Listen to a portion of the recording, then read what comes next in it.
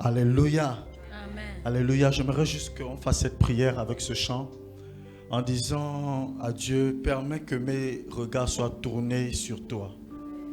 Voyez-vous, alors que nous sommes dans un mois où nous parlons de la soif de Dieu, nous avons besoin plus qu'auparavant que nos regards soient fixés sur lui.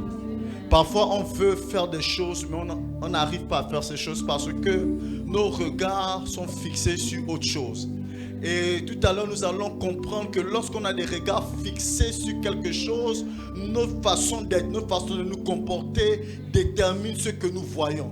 Voilà pourquoi avec le chant, nous voulons dire, ce chant tourne mes regards sur toi, que je ne vois que toi. Est-ce que tu peux maintenant élever ta voix? Tourne mes regards sur toi. Que cela soit ta prière ce matin. Tourne mes regards sur toi. Que je ne vois que toi. Yes. Que je ne vois que toi. Que je ne vois que toi. Que je ne vois que Oh, dis-le, tourne mes regards. Impose à tes yeux d'être fixé sur Jésus. Tu as été déçu par les hommes. Certainement, j'étais déçu. Tu as été déçu par un homme, par une femme. Mais laisse Jésus être ton modèle. Permets à Jésus d'être ton modèle afin que tu sois façonné par lui. Que je ne vois que toi. Que je ne vois que toi. Tourne mes regards. Tourne mes regards sur toi. Tourne mes regards. Tourne mes regards sur toi. Que je ne vois que toi. Que je ne vois que. Est-ce qu'on peut monter que je ne vois que toi? Que je ne vois que toi. Que je ne vois que. Est-ce que tu peux le dire plus fort? Que je ne vois que. Rien que Jésus le modèle. Que je ne vois que. Rien que Jésus le modèle. Que je ne vois que. Rien que Jésus la source. Que je ne vois Rien que Jésus. Que je ne vois que. Regarde Sabrada Satan. Que je ne vois Regarde Mosa. Rena Suparela Mosa. Rena Sotoromo. Est-ce que Dieu est dit à Jésus que je ne vois que toi? Dans mes combats, dans mes difficultés, dans mon péché, dans ma situation, dans mes insuffisances, que je ne vois que toi. Dans mes trahisons, que je ne vois que toi. Que je ne vois que toi. Yes. Que je vois que. Il s'agit de ça. Dans tes trahisons, que je ne vois que Jésus. Que je ne vois que toi. Que je ne vois que je ne Que je ne vois que. rien que Jésus. Que je ne vois que. Rien que Jésus. Que je ne vois que toi. Que je ne vois que toi. Est-ce que tu peux le dire? Toi-même seul, est-ce que tu peux le dire? Mes yeux étaient éparpillés par Dans tes trahisons, mes yeux voyaient dans tout. tes manquements, Mes yeux parlaient de dans tout. tes combats, Mais j'ai envie que mes dans yeux tes insuffisances, se tournent, Père dans éternel. tes trahisons, Seigneur, oh Dieu, ce matin. dans ce que tu aurais Seigneur, oh voulu Dieu voir, d'Israël. mais tu Vous n'as ne pas regardez vu. qu'à toi, Jésus. Parce que tes Toi regards qui es le n'étaient pas chemin. fixés et Toi n'étaient qui es pas la focus vie. sur la bonne personne. Oh Jésus. Ah, que Toi qui es je la vois. solution. Ce envie matin, de je veux voir te que voir, toi. Jésus. Toi qui as les Ce matin, projets de mes ma vie. regards, mes Toi qui as pensées, l'histoire de ma ma vie. manière de marcher, Je te veux ma voir que manière toi. de parler, ma manière d'entendre. Je veux te voir, je veux te voir. Que je ne vois que toi, absolument toi, rien que toi et personne d'autre. Que je ne vois que toi. Merci Seigneur. C'est notre prière ce matin. C'est la prière des personnes assoiffées. C'est la prière des personnes qui comprennent que lorsque tout a été galvaudé, le curseur doit être sur toi. Lorsque les hommes ont déçu, on a mis notre confiance dans les hommes, le curseur est fixé sur toi. Parce que toi seul es le modèle. Toi seul est le modèle. Seigneur, nous ne voyons que toi. Nous ne voyons que toi afin d'être à ton image. L'apôtre Paul a dit que Christ soit formé en nous. Ce matin, forme ta personnalité en nous. Construis ton image dans chacune de nos vies. N'as-tu pas dit, oh, vous tous qui le visage découvert, contemplant comme dans un miroir la gloire du Seigneur, nous sommes transformés par ce que nous voyons, par ce que je contemple. J'ai compris, Père, que ce que je vois détermine ce que je suis et détermine mes actions. Et ce matin, le curseur, nos regards sont fixés sur toi. Laisse que la gloire te révèle. Ne permets pas que je dise ce que tu ne voudrais pas que je dise si tu étais là en chair avec nous. Ne me permets pas de faire ce que tu n'aurais pas voulu que je fasse si tu étais là en chair avec nous. Alors que ton esprit est là, je me soumets à ton esprit. Afin que toute gloire te revienne à toi seul, à jamais, au nom de Jésus. Amen. Amen. Veuillez prendre place, que Dieu vous bénisse. Amen. Alléluia. Amen. Merci les chants, que Dieu vous bénisse.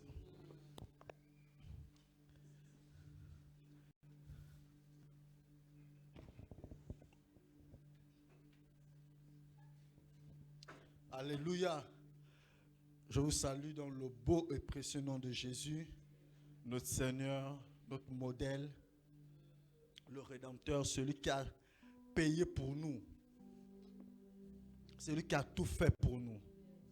Et ce matin, c'est lui que nous voulons ressembler, c'est à lui que nous voulons ressembler. Je salue tous les vacanciers, ceux qui sont venus des vacances, que Dieu vous bénisse. Soyez salués et bon retour chez vous. Nous espérons que vous avez amené de bonnes choses et que vous serez encore un peu plus une source de bénédiction pour Hébron et pour vos familles. Amen. Ce matin, nous voulons parler d'un thème. Je l'ai annoncé déjà dans ce chant, mais nous voulons mieux comprendre ça.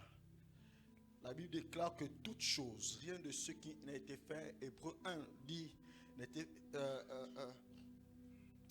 toute chose est fondée sur la parole de Dieu. Amen. Et nous voulons faire asseoir cela ce matin. Nous voulons parler d'un thème. Ce que tu vois active ta soif. Ce que tu vois active ta soif. Et nous allons comprendre que, en réalité, les actions que nous posons chaque jour sont fonction de ce que nous regardons, sont fonction de ce que nous entendons. Nous allons comprendre que même ce que nous entendons, en réalité, on les voit. Et on va comprendre dans un texte biblique tout à l'heure. J'aimerais que la com me mette l'image que j'ai demandé. Ce que tu vois active ta soif. Seulement pour ceux qui arrivent pour la première fois et ceux qui étaient en vacances, d'ailleurs vous nous suivez à travers nos réseaux sociaux, nous parlons de la soif de Dieu. Et plusieurs personnes sont déjà passées en nous enseignant sur la soif. C'est quoi la soif de Dieu? Dans ce vocable, il y a deux mots importants, c'est soif et Dieu. C'est-à-dire qu'on peut avoir, si on enlève Dieu, c'est-à-dire qu'on peut donc avoir soif d'autre chose hormis Dieu. Si on veut comprendre le thème, tu peux avoir soif d'autre chose hormis Dieu. Et ceux qui ont compris mieux la soif, ou pour susciter la soif dans le cœur et dans l'esprit des personnes, ce sont les spécialistes en marketing. Les marketeurs, lorsqu'ils vous achetez un produit, ils vont commencer à vous présenter ça. voyez cette image en face de vous. Je suppose que lorsque vous allez fixer ça pendant 1 minute, ça va susciter une envie de plonger, n'est-ce pas? Ça vous donne des envies. Que vous le vouliez ou pas, ça va commencer à susciter en vous. Non, tu vas t'imaginer, regardez un instant pendant 30 secondes comment cette belle cascade avec une eau bleue, imaginez-vous tout ce que vous pouvez faire au bord de ce caillou. Chez nous, on disait, tu te mets en haut là-bas, après tu choquais. Tu plonges. Amen. Merci pour l'image. Donc vous voyez que cette image détermine ce que vous avez envie de faire ou bien ce que vous voulez, ce que vous désirez. Tant qu'on n'a pas mis cette image, vous n'allez pas désirer y aller, désirer plonger à l'intérieur. Ce mois, en réalité, nous sommes en train de vous dire que la manière dont tu vas voir Dieu, ton aspiration à voir Dieu va déterminer en réalité l'étanchéité de ta soif, ta manière d'étancher ta soif. En réalité, tu n'as pas d'abord soif pour être comblé. Non, tu vois d'abord pour être comblé et pour avoir soif. Tant que tu ne vois pas, le problème dans l'église, pasteur, c'est que les gens veulent avoir soif, mais ils refusent de voir d'abord Dieu. Lorsque tu ne vois pas Dieu, arrêtez, tu n'auras jamais soif. On va prêcher, on va terminer ce monde, on ira jusqu'en fin d'année, tu n'auras jamais soif. Tu vas toujours tourner en rond. Tu vas toujours faire les mêmes habitudes. Tu viendras toujours à l'église que le dimanche de manière religieuse parce que tu ne vois pas Dieu.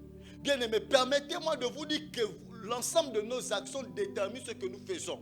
Lorsque vous voyez la publicité de Coca-Cola, assurément, Coca-Cola, on vous montre des personnes, un verre avec des glaçons à l'intérieur. On suscite en vous des éléments pour susciter cette envie de vouloir boire du coca. C'est le rôle de la publicité. C'est l'impact de la publicité. Et Dieu prend le même mécanisme pour dire qu'en réalité, tant que vous voulez avoir soif, il faudrait que vous me regardez d'abord. Il faudrait que vous me cherchez d'abord. Bien aimé, il va arriver un temps où la recherche de l'Éternel sera compliquée. Ésaïe 55, le verset 6 nous dit: cherchez l'Éternel pendant qu'il est temps, pendant qu'il se trouve. Cherchez l'Éternel pendant qu'il se trouve. Invoquez-le tandis qu'il est prêt. Dieu est prêt, Dieu ne se cache pas. Alléluia. Regardez cette image. Dieu n'est pas un homme. Lorsque Dieu dit cherchez-moi, ça ne veut pas dire qu'il est en train de se cacher. Mais il se laisse trouver parce que tu vas déterminer. Imaginez-vous des personnes qui font des cache-cache. Je prends Maël par exemple, je décide de faire des cache-cache avec Maël. Mais moi, ayant l'expérience, je vais me mettre à un endroit où Maël, je peux dire que Maël ne va jamais me trouver. Il va tourner, mais lorsque je vais dire Maël, cache-toi, il ne connaît pas se cacher, il va certainement se mettre là, il va commencer à fermer les yeux, il va dire, je suis caché, je vais poser la question, Maël, tu es caché? Il va dire oui. Est-ce que Maël est caché? Non, pour lui, il est caché. Mais moi, en tant que père, moi, en tant que grand frère, je vais dire non, je vais trouver facilement. Maintenant, autour de Maël pour me chercher. Maël va me trouver, c'est lorsque je vais décider de me révéler à lui. Dieu ne se cache pas, bien-aimé. Et bon, Dieu ne se cache pas, Dieu est prêt. Il dit, cherchez l'Éternel pendant qu'il se... Quel est cet homme? Quel est ce Dieu qui peut dire, cherchez-moi pendant qu'il se trouve? Le but, c'est que Dieu est là. Dieu est présent. Chercher la face de Dieu nécessite, veut dire chercher sa présence. Lorsque tu arrêtes de chercher Dieu, lorsque tu arrêtes de vouloir chercher Dieu, Dieu va te demander ce qu'il t'a donné. Écoutez, Abraham, pendant plusieurs années, était à la recherche d'un enfant, Isaac. Il a eu Ismaël avant. Il était à la recherche d'Isaac. Et lorsque Dieu donne à Abraham Isaac, à un moment, dans la marche d'Abraham, on sent qu'il y a un silence. Abraham n'est plus cet ami qu'il était avec Dieu. Mais qu'est-ce que Dieu fait? Dieu demande Isaac, ce qui est cher à lui. Lorsqu'on arrête de chercher Dieu, Dieu va te demander ce qui est cher à toi. Il va commencer à attaquer ce qui est cher à toi. Ce qui constitue ta fierté, ce qu'il t'a donné, ce qui t'a béni, pour faire en sorte qu'il ramène sa présence. Chercher Dieu nécessite pour nous et pour chacun d'aspirer à l'adorer et d'avoir sa crainte. Comment chercher Dieu? C'est dans l'adoration. C'est dans l'adoration, c'est dans la prière. Et c'est d'avoir le respect pour lui, sa crainte. On va le comprendre. Comment chercher Dieu? Je vais nous proposer deux manières. La première manière que Dieu nous amène à chercher sa face, à avoir soif de lui. Premièrement, c'est qu'il nous attire à lui d'abord. Écoutez, Jean 6, le verset 44 nous dit. Jean 6, 44. La méthode pour chercher Dieu. Jean 6, 44. La Bible dit, nul ne peut venir à moi si le Père qui m'a envoyé ne l'attire. En réalité, lorsqu'on commence à chercher, c'est Dieu qui t'attire.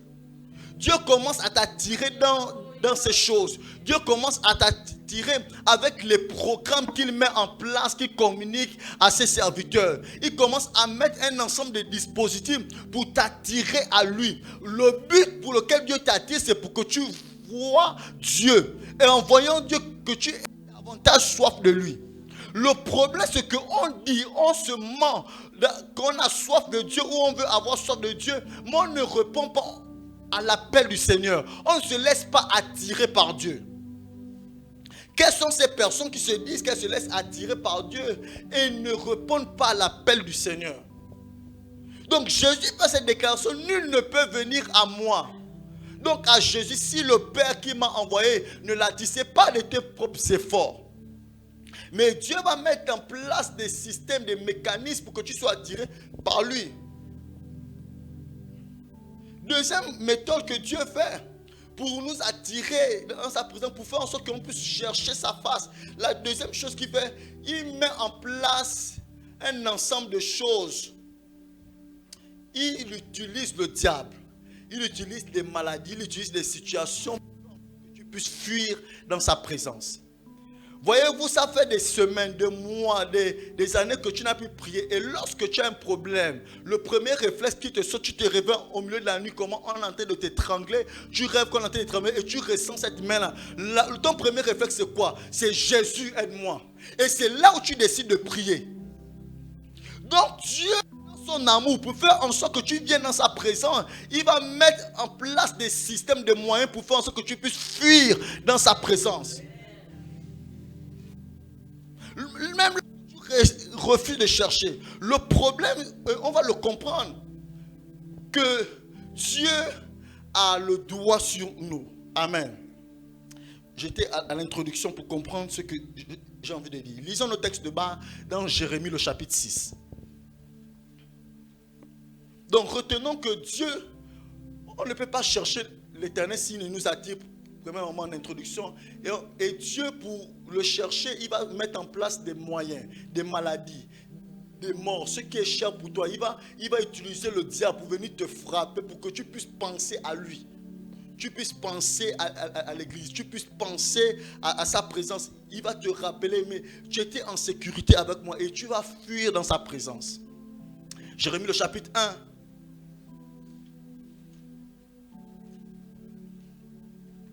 Jérémie chapitre 1.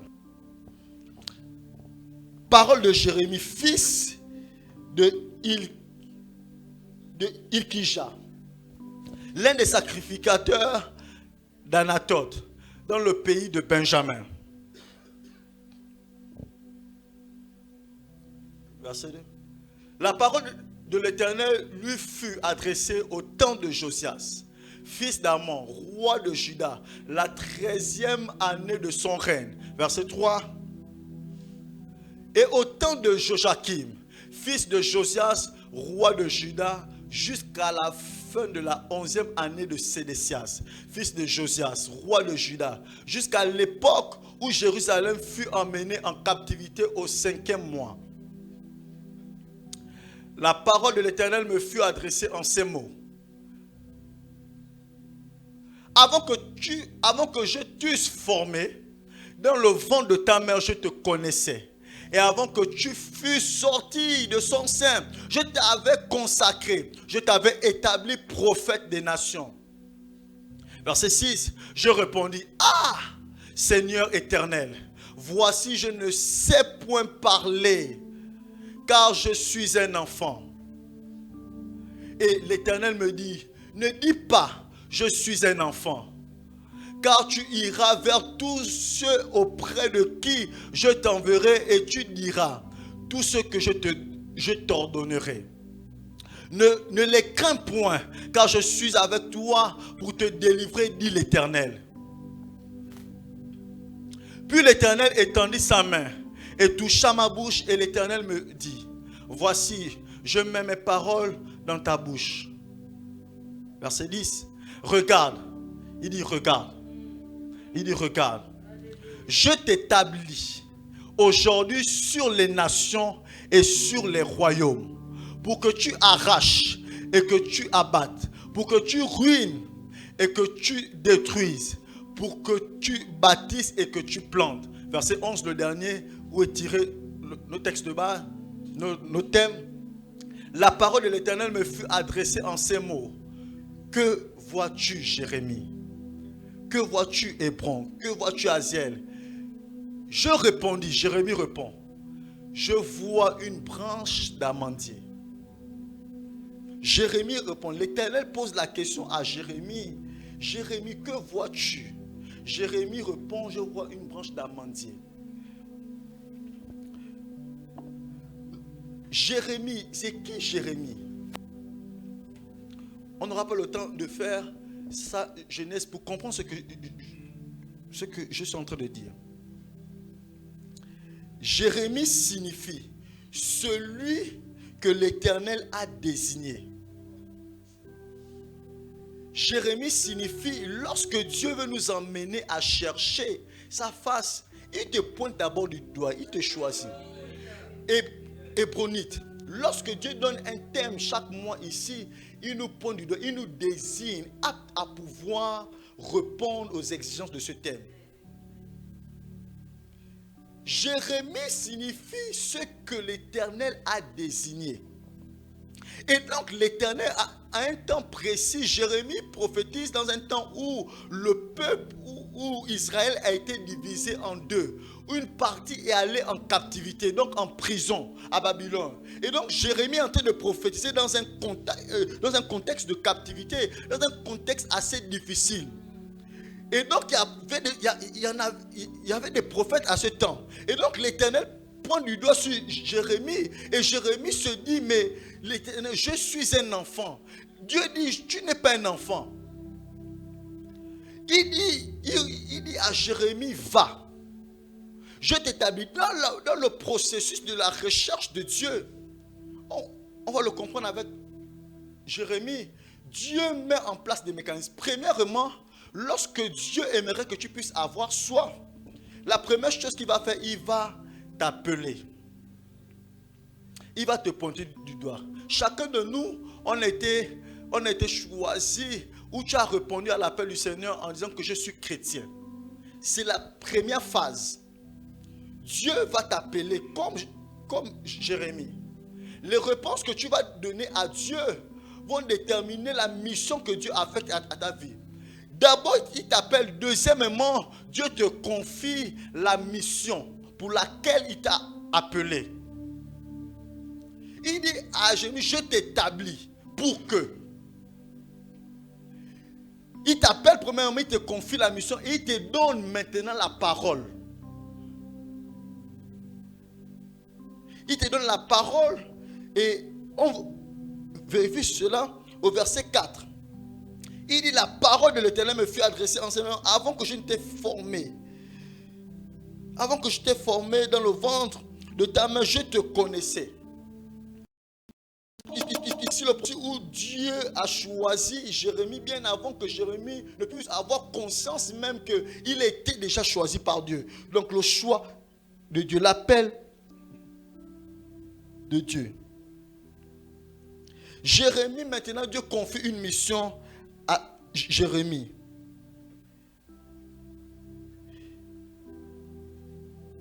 Il dit, au verset 5, je t'avais consacré, je t'avais établi prophète des nations. L'appel de Jérémie, le ministère de Jérémie, la mission en réalité pour laquelle Jérémie est venu sur terre. Chacun de nous, on a une mission. Jérémie est venu sur terre, c'était pour être prophète. Maintenant, Dieu donne la parole, l'ordre de mission à Jérémie. Il dit au verset 8, au verset 10, il dit, regarde, je t'établis aujourd'hui sur toutes les nations et sur les royaumes pour que tu arraches. Voici ce qui va faire ton ordre de mission sera rattaché à cela. Il faudrait que lorsque tu as été appelé, tu as répondu à l'appel, maintenant je t'établis pour que tu arraches. La quatrième chose que Dieu fait maintenant au verset 11, il vérifie si ce qu'il a dit à Jérémie. Parce qu'il a dit à Jérémie, regarde. Il a dit à Jérémie, regarde, je te donne. Maintenant, il pose la question à Jérémie. Jérémie, que vois-tu? Au verset 11. Et pourtant, Dieu a parlé. Dieu t'a appelé, Dieu t'a certifié. Tu es enfant de Dieu, tu es chrétien, tu es hébronique. Gloire à Dieu. Maintenant, la vitesse supérieure, il te dit, que vois-tu?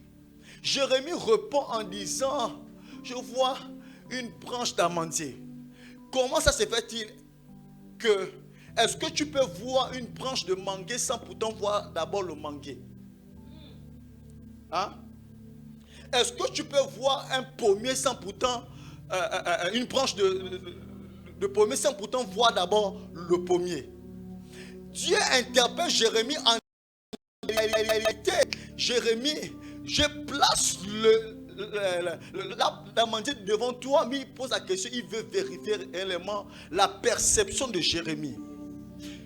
Chacun de nous, dans nos difficultés, dans nos épreuves, la question que Dieu nous pose, que vois-tu? Si tu vois le problème, si tu vois ta chute derrière ça, tu passes à côté. Mais si derrière ce que tu traverses, tu vois Dieu à l'intérieur, tu vois ce que Dieu te montre, alors tu auras la solution à ce que tu attends.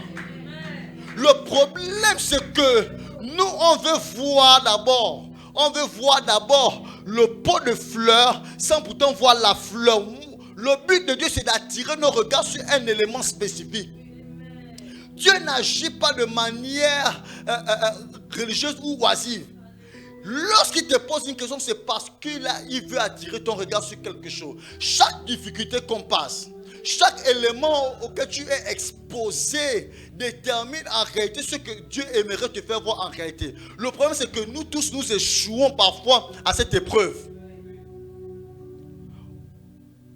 Tu as été frustré par un frère. Tu as été frustré par une soeur. Si tu vois le frère, tu as raté tout. Mais si tu vois Dieu derrière la frustration que le frère t'a fait subir pour t'emmener à une vitesse supérieure, tu as tout gagné. Et donc, l'Éternel dit au verset 12 à Jérémie, la preuve que Dieu voulait que Jérémie voie l'amandier, la branche d'amandier, et non l'arbre.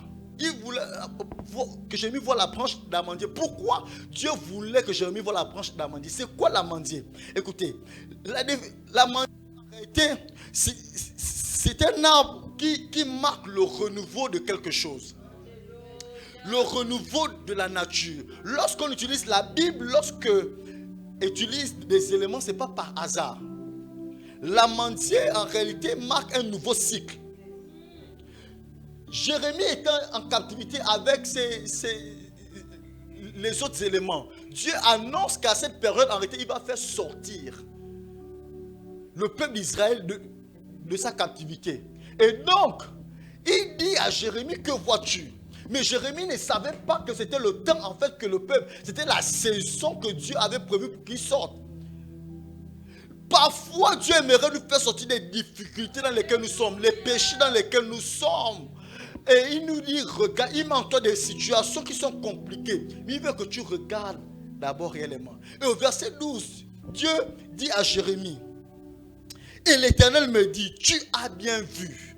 Il coche, il dit, tu as bien vu.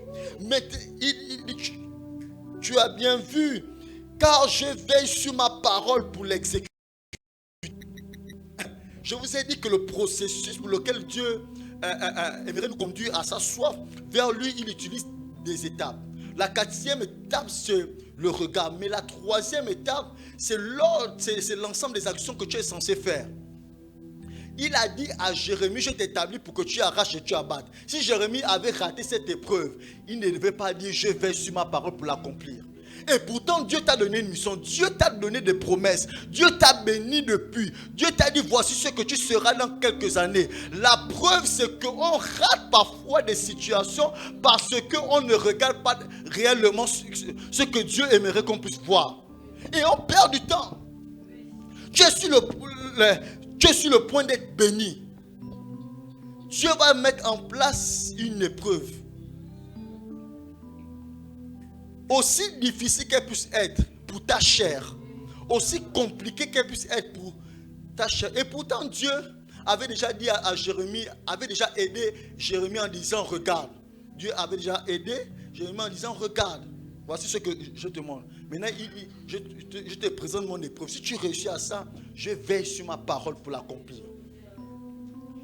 J'aimerais annoncer, ce mois, ce que tu vas voir, Dieu va faire en sorte qu'il va exécuter ta parole dans ta vie. On s'est laissé trop frustrer par les situations. On a trop regardé sur les hommes et non sur Dieu. Il dit à Jérémie, que vois-tu? Voir, c'est regarder. Voir, c'est examiner. Voir, c'est inspecter. Voir, c'est apercevoir. Voir, c'est considérer. Lorsque tu prends voir, c'est que Dieu veut t'amener à inspecter. Inspecter, c'est un ensemble de processus. C'est un ensemble d'étapes qui t'amènent à pouvoir examiner quelque chose. Dieu donc dit à Jérémie, inspecte. Il ne dit pas seulement à Jérémie à voir. L'étymologie de voir ici, voir en hébreu, c'est ra. Donc il dit à Jérémie, examine. Avant de répondre, Jérémie, ne sois pas pressé. Il dit, Jérémie, examine. Il dit, Jérémie, inspecte. Il dit, Jérémie, considère ce que j'aimerais véritablement te faire voir. Pour amener Jérémie à dépendre de Dieu. Pour que Jérémie puisse avoir soif davantage de lui. On ne voit pas seulement avec les yeux. Dans Jérémie, Dieu dit, regarde, on voit aussi avec les oreilles. Lisons Habakkuk 2, le verset 1.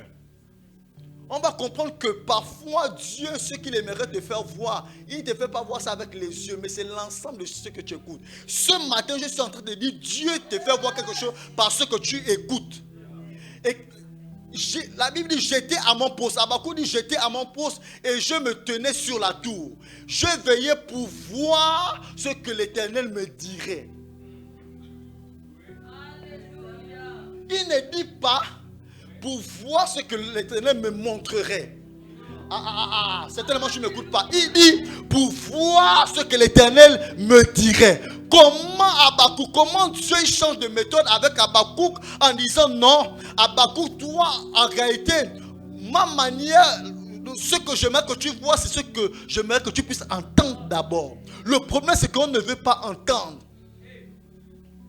On ne veut pas entendre la voix de Dieu. On est prompt à pouvoir exécuter des choses sans pourtant entendre la voix de Dieu. On On est impatient pour entendre la voix de Dieu. La preuve, lorsqu'on se met à prier, on ne prend pas au moins 10 minutes de silence pour écouter Dieu. Pour voir, après avoir dit toutes ces choses, est-ce que ce que tu as dit, c'est en accord réellement avec Dieu? Tu as terminé de prier, paf, tu te lèves, tu es déjà parti. Il dit à Habakkuk que je veillais pour voir. C'est Habakkuk qui dit, hein, je veillais pour voir ce que l'Éternel me dirait. Bien-aimés, dans la recherche de Dieu, pour nous emmener à rechercher Dieu, pour avoir soif, pour activer la soif de Dieu dans nos vies, il faudrait que l'on puisse entendre Dieu. Je suis en train de parler ce matin ce que Dieu utilise pour activer notre soif. Ce que tu vois active ta soif. Et donc, voir, ce n'est pas seulement avec les yeux. Donc, l'ensemble des choses que tu écoutes détermine tes actions. L'ensemble des éléments que tu vois aussi détermine tes actions. Tu vas t'étonner de commencer à faire des péchés bizarres. Et pourtant, tu n'as pas regardé ça. Comment l'impudicité rend dans la vie des gens? C'est l'ensemble des éléments, des informations. La copine qui a son copain, et tu sais que tu n'es pas marié, tu n'as pas le droit d'ensemble. Elle va commencer à venir te parler de son copain. Moi, voici ce qu'il m'a amené à telle place, il m'a amené à tel endroit. Voici, il m'a donné. Ça va commencer à susciter en toi la convoitise. Et tu vas te mettre à chercher et à accepter un copain bizarrement, sans pourtant que tu n'aies vu quelqu'un. Et là, lorsque la personne va se présenter devant toi, tu vas accepter parce que tu as entendu. Et donc tes actions ont été déterminées par ce que tu as entendu. Autre chose aussi, si tu te mets à voir toujours dans le domaine de l'écoute, voilà pourquoi Jacques dit que de tenir notre langue. Il dit, nous branchons par la langue, tantôt d'une manière, tantôt d'une autre. Il dit, la langue est comme un gouvernail. La langue, il précise que la langue, c'est le monde de la géhenne. Il dit, la langue que vous voyez, Jacques dit que c'est le monde de la géhenne, c'est le monde de l'enfer. Donc, ce que tu écoutes peut détruire complètement ta vie. Tu vas commencer à mentir.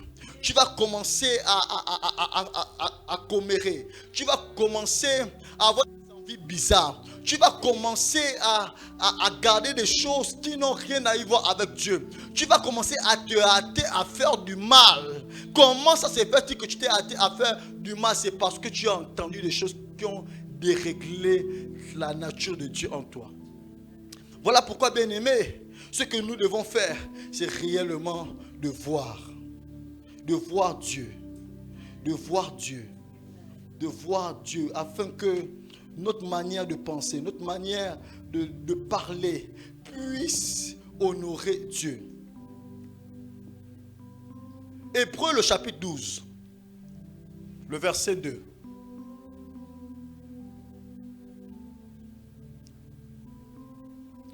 Hébreux 12, le verset 2, il dit, ayant les regards sur Jésus. Maintenant, on va comprendre avec ce texte que, en réalité, lorsqu'on parle de soif de Dieu, Dieu a aussi soif de nous. Mais qu'est-ce que Dieu veut voir en nous? On va comprendre ça. Pour comprendre le mécanisme de la soif de Dieu, ce n'est pas unilatéral. Le mécanisme de la soif de Dieu, c'est une dialectique. C'est Dieu qui décide de voir quelque chose et il décide de répondre à ton besoin.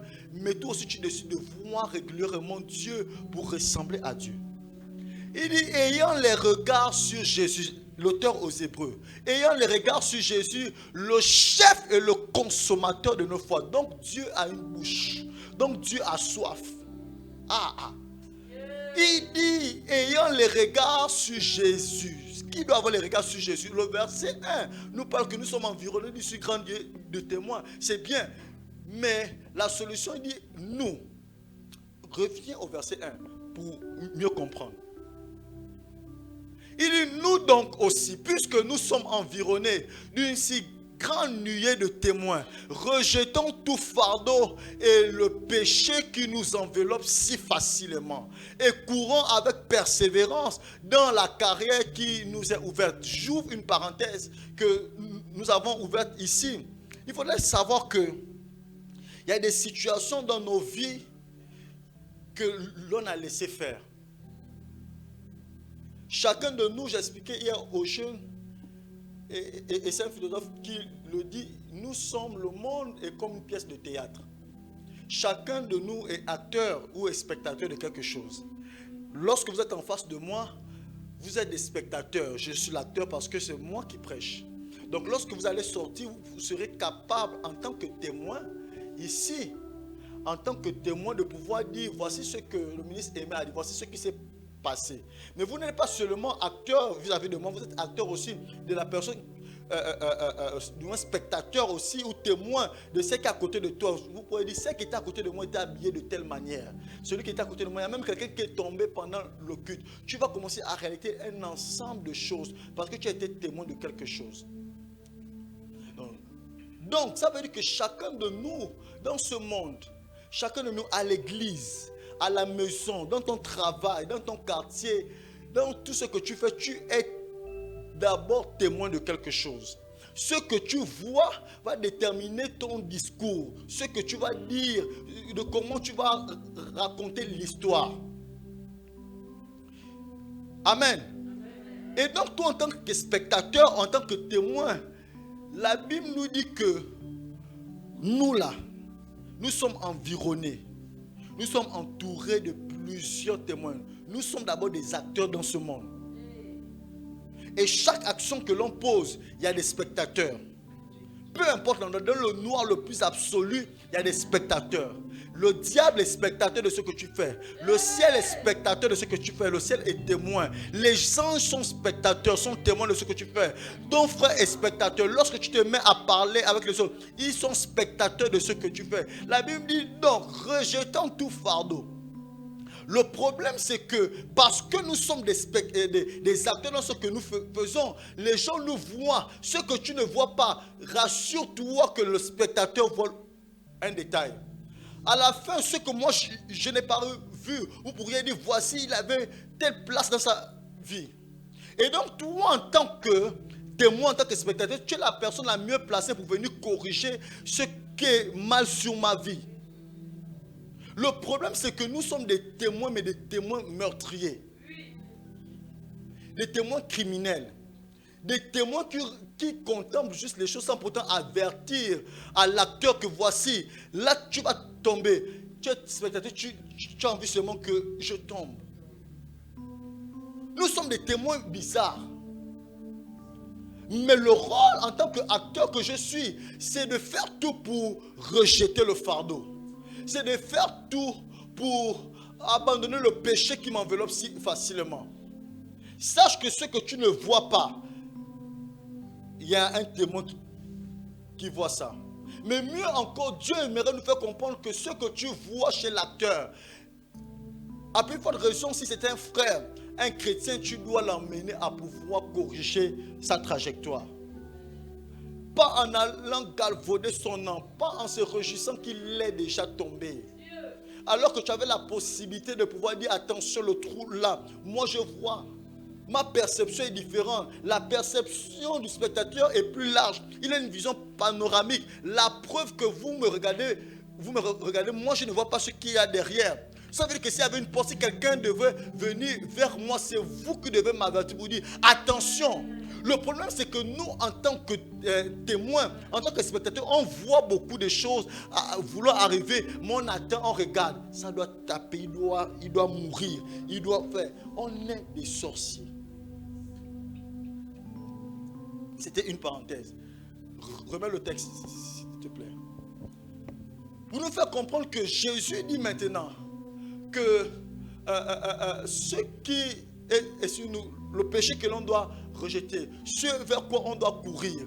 Il dit pour réussir à rejeter le fardeau, pour réussir à pouvoir abandonner le péché, ayez vos regards sur Jésus. Jésus, l'apôtre Paul a dit que Christ soit formé en nous. Le problème, c'est que vous me regardez, vous ne regardez pas Christ. Vous regardez les pasteurs, vous ne regardez pas Christ. Moi, je peux tomber, je peux faillir. Mais si tu vois Christ, tu vas comprendre réellement que ta foi ne peut pas faillir. Tu ne peux pas broncher. Tu as arrêté de servir le Seigneur parce que tu as regardé trop aux hommes. Tu as regardé aux faiblesses des hommes. Tu as regardé au manquement des hommes. Tu as été spectateur et tu as accepté même de participer à la chute des hommes. Tu as couru pour aller parler de la chute de quelqu'un en étant spectateur. Mais tu n'as pas compris que en ayant les regards sur Jésus, la vraie question que tu devais te poser, si tu as les regards sur Jésus, c'est de dire, si Jésus était à ma place, qu'aurait-il fait? Et si Jésus était à ma place, qu'aurait-il fait? Est-ce qu'il aurait pris la prostituée? Il aurait shooté, il aurait tapé. Les autres voulaient jeter la pierre à la prostituée. Écoutez, Jésus c'est notre modèle. Ce matin, même si vous ne retenez rien, j'aimerais vous dire que ayez vos regards sur Jésus. Lorsque vous allez avoir vos regards sur Jésus, Jésus sera votre modèle. Ta manière de parler sera changée et tu vas te comporter selon ce que Jésus te montre. Parce que son image va plus être en toi. Si on était à cette époque-là, beaucoup d'entre nous auraient jeté la pierre à la prostituée.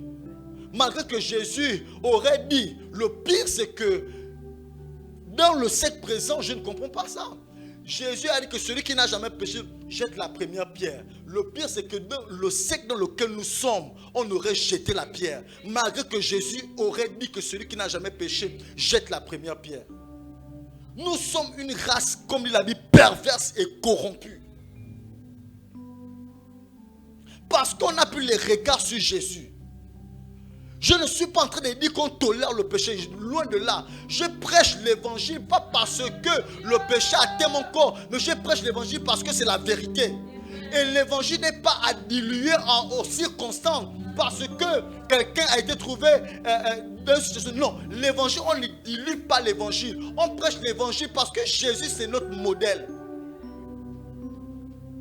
Il dit, ayant les regards sur Jésus, le chef, l'autorité, le Seigneur et le consommateur de nos foi. Écoutez, le chef, ça veut dire premier.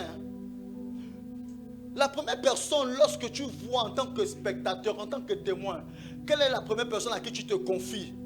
Lorsque tu as vu l'acteur, celui qui est à côté de toi, dans une situation inconfortable, quelle est la personne à qui tu te confies? Il n'y a pas la notion de chefferie. Parce qu'on ne pense pas d'abord à Jésus, on pense d'abord à celui qui est notre modèle, l'homme qui est à côté de toi ou la femme qui est à côté de toi. On a remplacé la chefferie, la seigneurie de Jésus par des hommes, par des amis, par la télé, par Facebook. La preuve même, lorsque tu as un problème avec les statuts deviennent ton endroit pour te confier. Au lieu de te confier à Jésus, tu vas commencer à parler en parabole. Le monde là, vraiment les chrétiens de maintenant, tes statuts. S'il vous plaît, par les compassions du Seigneur, Église, revenons à Jésus. Ayons les regards sur Jésus. Jésus doit être d'abord notre modèle. Tu vas commencer à dire, donc c'est comme ça aussi à l'église. Donc celui-là aussi peut faire. Les statuts deviennent des attaques personnelles. Des attaques ciblées. Des statuts visés, merci. Alors que, parce que Jésus n'a plus sa place. Il est le consommateur. Donc Jésus a soif aussi de voir la foi en nous. Maintenant, expliquons la foi. Pour comprendre qu'en réalité, dans la notion de voir, on voit une image. Et on est attiré par une image. Hébreux, le chapitre 11, le verset 1, nous dit, explique la foi. Pour comprendre maintenant pourquoi Dieu dit qu'il est le consommateur de notre foi. Hébreux 11, le verset 1.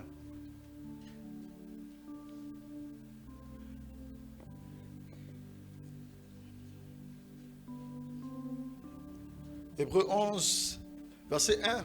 Il est écrit, or la foi est une ferme assurance des choses qu'on espère. On espère. On espère en quelque chose que l'on voit. Tu ne peux pas espérer avoir un iPhone 13 tant que tu ne l'as pas vu. Tu ne peux pas espérer avoir un emploi tant que tu ne l'as pas vu. Tu ne peux pas espérer à ressembler à Jésus tant que tu ne l'as pas vu. Tu ne comprends même pas qu'est-ce que c'est ressembler à Jésus parce que tu ne le vois pas. Mais voyons Jésus dans sa parole. La Bible dit que la foi est une ferme assurance des choses que l'on voit d'abord. Mais on les voit où? On les voit dans l'esprit, mais on les voit aussi physiquement. Et on les entend aussi. La preuve, la Bible nous dit dans Romains, la foi vient de ce que l'on entend. Le mécanisme de la foi, le mécanisme de la voyance, c'est deux choses, c'est la vue et l'écoute. Pour voir Dieu, soit tu le vois, soit tu l'entends. Et donc la Bible nous dit, pourquoi Jésus dit consommateur de notre foi? Parce qu'il doit voir la foi en nous. Mais comment cette foi se bâtit? C'est parce que cette foi se bâtit lorsque tu as entendu la parole de Christ. Et ça a été formé en lui. Il se reconnaît dans ça. Et automatiquement, il décide de pouvoir exaucer ton sujet, ton besoin. Donc, Dieu aimerait consommer notre foi. Dieu a soif de voir notre foi d'abord. Je suis en train de nous dire que lorsque on n'aura plus soif de Dieu, on va laisser les futilités. Lorsque tu vas aspirer à voir Dieu davantage, tu vas commencer à changer de paradigme. Tu vas changer ta manière de penser, ta manière de parler, ta manière de te comporter, ta manière d'écouter. Tu vas commencer à changer tout autour de toi. Tes fréquentations, tu vas changer tes fréquentations. Bien-aimé, ne trompons-nous, tout ce que l'on fait au quotidien, rassure-toi, si tu t'assois et tu analyses ta vie, tu vas comprendre que c'est parce qu'un jour j'ai vu faire ça. Comment un enfant qui n'a jamais écouté un mot grossier, il va commencer à dire ça un jour? Parce qu'il a entendu. Soit de son grand frère, soit de sa mère. Comment ta vie aujourd'hui a basculé d'une bonne vie à une mauvaise vie? Parce que tu as entendu, tu as eu que les mauvaises compagnies corrompent les bonnes mœurs. Bien-aimé, je suis en train de nous dire ce matin que l'image que tu as de ton frère détermine comment tu le vois, détermine ce que tu vas faire pour lui, détermine ce que tu as envie de faire pour lui. De la même manière, l'image que tu as de Dieu va déterminer ta constance en Dieu. Plus tu vas regarder Dieu, plus tu vas ressembler à Dieu. Plus tu seras constant avec Dieu. Je ne vous parle pas de la théorie, bien-aimé. Je ne vous parle pas de la chair. Je vous parle des choses que l'on vit, des choses que l'on pratique. Lorsque je me suis converti, j'étais très colérique et j'étais très impulsif. Pendant quasiment 1 an et demi, je me suis mis à travailler avec Galates 5, 22. Le fait que je sois bête, c'était légitime pour certains et pour moi, d'ailleurs, dans ma chair, de pouvoir avoir des comportements excessifs. Et donc, mon combat, c'était de pouvoir avoir une bonne maîtrise de soi. C'était d'avoir la tempérance. C'était d'être toujours joyeux. C'était de manifester l'amour. Pendant quasiment 1 an, je vous parle des choses vraies. Pendant 1 an, j'ai médité la Bible, mais chaque jour, je m'arrêtais sur Galates 5, verset 22. Or, les fruits de l'esprit. Parce que je me disais, je ne peux pas manifester les charismes de l'esprit, les dons spirituels, sans manifester les fruits de l'esprit. Est-ce que je suis en train de dire que c'est fini? Non, je suis toujours en train de vouloir aspirer à ressembler à ça. Ce que tu travailles, ce que tu vois, va transformer ton intérieur. Les choses que tu espères, la foi, ce que tu aimerais comme démonstration, c'est ce que tu espères. La Bible dit une démonstration de celle qu'on ne voit pas. Donc la foi là, c'est une démonstration des choses que tu ne vois pas, des images que tu ne vois pas, mais en réalité que tu as dans ton esprit. C'est figé dans ton esprit. Le fait que je nous ai projeté une chute, une semaine après, tu auras envie d'y aller. Tu vas chercher certainement un endroit pour te baigner. Le fait que tu aies écouté quelque chose, ça va commencer à changer ta vie. Ayons l'habitude d'écouter Dieu. Comment activer la foi? Pardon, comment activer la soif de Dieu? C'est par l'écoute. C'est par la recherche de Dieu. Et comment on voit Dieu? C'est par, premièrement, la vue et par l'écoute. Si tu vois mal, si tes regards sont posés au mauvais endroit, ta manière de faire, ta soif, tu vas aspirer. La soif, c'est quoi? C'est aspirer à quelque chose. C'est aspirer à un besoin. Lorsqu'on parle de soif, simplement, ça veut dire que la soif de Dieu, par définition, c'est l'aspiration à Dieu. C'est l'aspiration de pouvoir étancher le besoin de Dieu dans ta vie. On dit d'avoir soif ce mois, c'est parce que Dieu aimerait étancher un besoin dans ta vie. Quel est ton besoin? Quelle est l'image que tu vois de Dieu? Je conclue par ce texte, Ecclésiaste 12, 15. J'ai dit en introduction que pour chercher Dieu, c'est par l'adoration, la prière. Mais j'insiste en dissociant cela. Prochainement, on va comprendre que la prière s'apprend.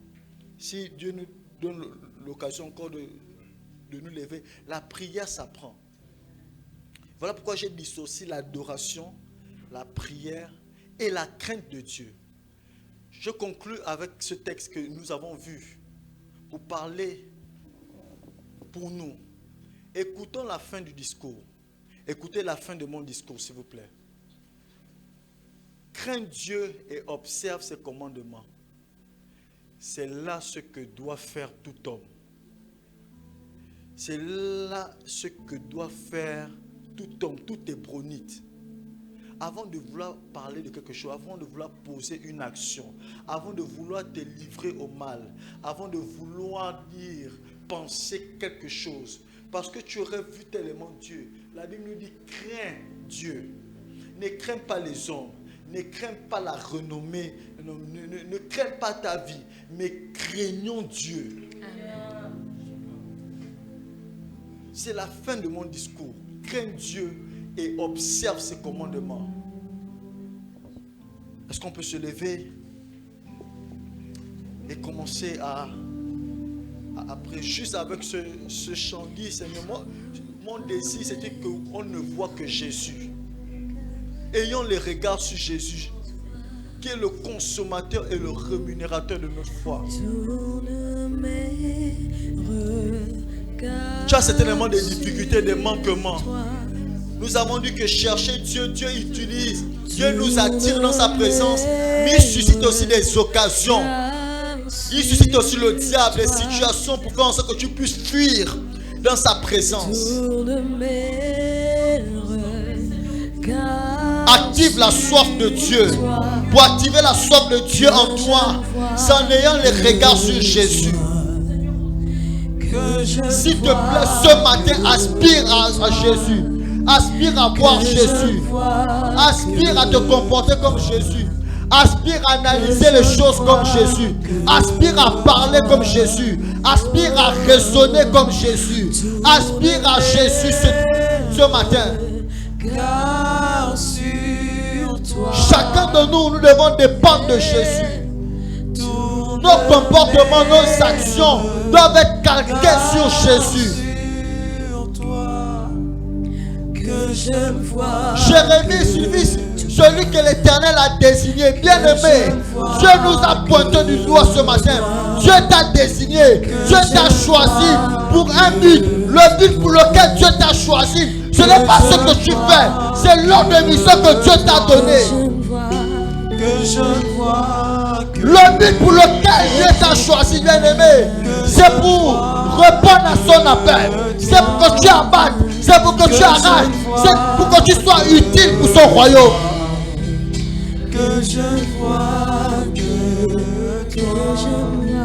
Habakkuk a dit, je me tenais à mon poste pour voir ce que l'Éternel me dirait. S'il te plaît, en ce lieu, permets à Dieu de transformer ta vie. Et vois Dieu, vois Jésus. Aspire. La situation dans laquelle tu passes, c'est parce que tu ne vois pas Dieu à l'intérieur. Ah, prie. Le Saint-Esprit te met des paroles dans la bouche, ce que tu dois dire concernant ce sujet. Je ne sais pas ce que tu dois dire, mais je sais une chose, c'est que tu dois voir Jésus afin de ressembler à Jésus.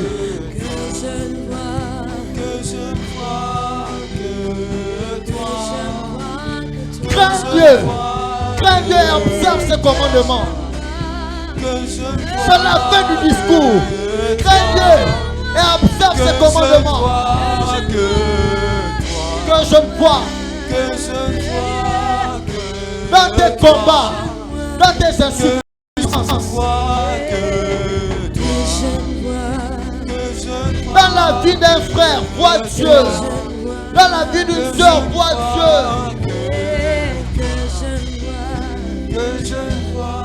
Dans l'église, vois Dieu. Le problème, c'est que l'on voit des hommes dans l'église, mais on ne voit pas Dieu.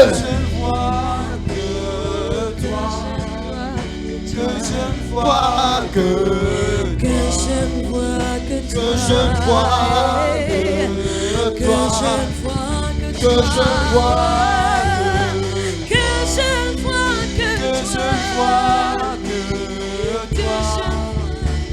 ne vois que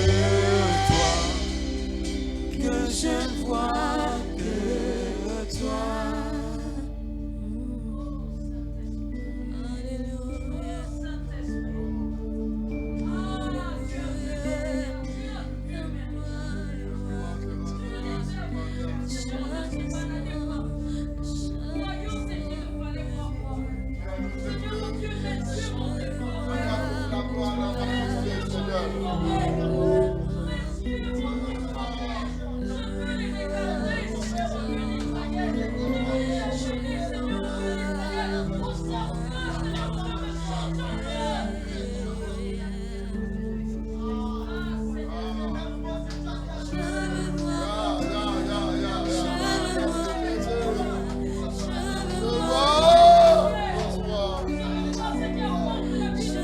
Je vois que toi encore ce matin.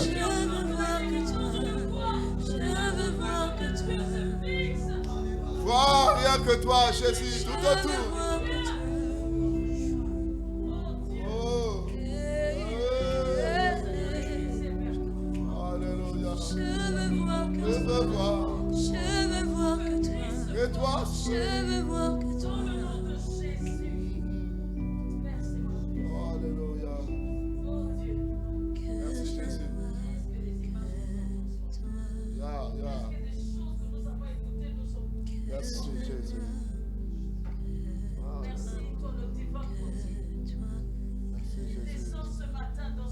À toi toute la gloire, toi ta majesté. Ces bonnes paroles de vie, paroles de restauration, ces paroles de délivrance, ces paroles qui prient, ces paroles qui nous amènent à être persévérants, qui nous amènent à toujours avoir confiance en toi. Ces paroles qui nous amènent à comprendre, à voir que tu restes fidèle. Seigneur, merci encore pour ce message de vie. À toi toute la gloire, à toi toute la majesté, à toi l'honneur pour ce que tu fais. À toi, Seigneur, tout ce que nous pouvons te donner. Nos remerciements. Ta parole est une lampe à nos pieds, une lumière sur notre sentier. Ta parole nous guérit. Ta parole nous amène à aller toujours de l'avant, à te faire confiance. te bénissons, tout le monde te dit merci. Au nom de Jésus-Christ. Est-ce qu'on peut acclamer le Seigneur? Est-ce qu'on peut acclamer le Seigneur?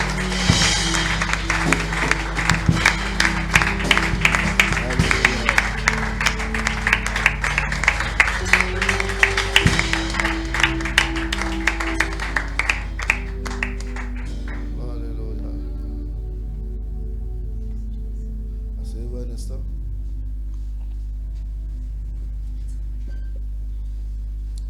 Gloire à Jésus. Cette parole nous fait du bien. Pendant qu'il prêchait, j'étais édifié et puis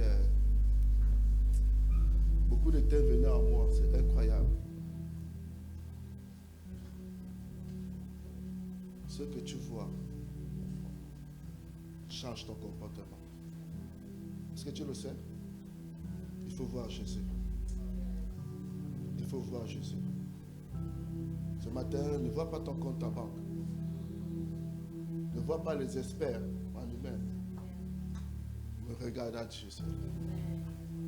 C'est une parole qui est venue booster, me dire encore la force d'avancer, de changer mon attitude.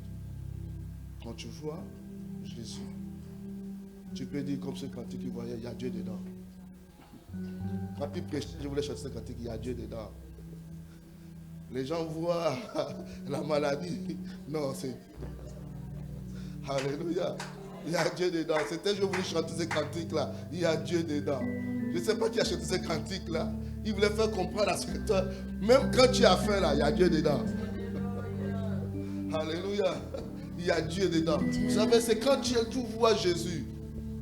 Quand tu vois, comme il a dit, c'est que tu vois, tu n'es plus la même personne. Alléluia. On va se tenir debout pour honorer la table du Seigneur. Mais sache que ce matin, tu vas transformer et renouveler. Et nous bénissons le Seigneur pour son serviteur. Alléluia. Que le Seigneur continue encore à ajouter et de faire déborder sa coupe.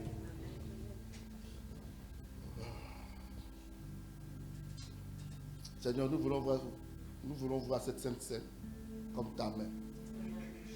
C'est ta présence. Nous voulons voir ce repas du Seigneur comme un traitement qui restaure nos âmes, qui guérit nos maladies, qui vient ôter tout poison à l'intérieur de nous. Seigneur, nous voulons voir ces moments que tu es dedans pour résoudre toutes nos difficultés.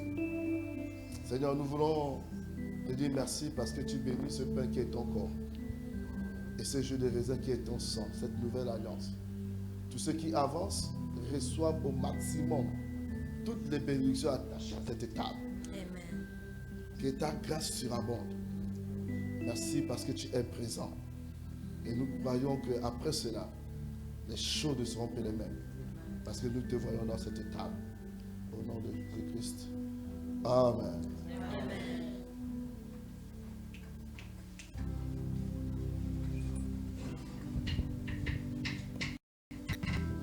Il y a Dieu.